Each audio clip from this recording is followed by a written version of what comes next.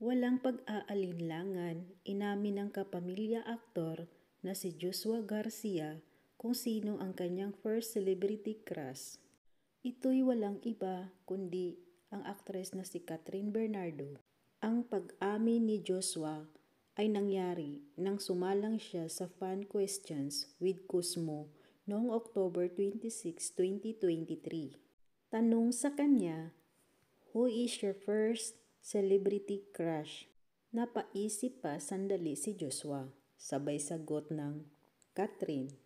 Paliwanag niya, hindi pa siya artista noon nang mapanood niya ang pelikula ni Catherine at Daniel Padilla sa sinihan.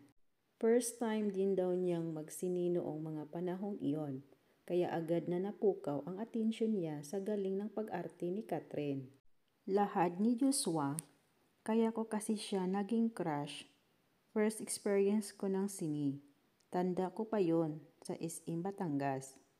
First experience ko sa sini, yung pinanood ko yung palabas nila ni Daniel na Must Be Love. Simula noon, naging crush ko na siya. Ang Must Be Love ay ipinalabas noong 2013 bago pa maging housemate si Joshua sa Pinoy Big Brother noong 2014. Sa likod ng pag-amin ni Joshua ay nananatili silang magkaibigan ngayon ni Catherine.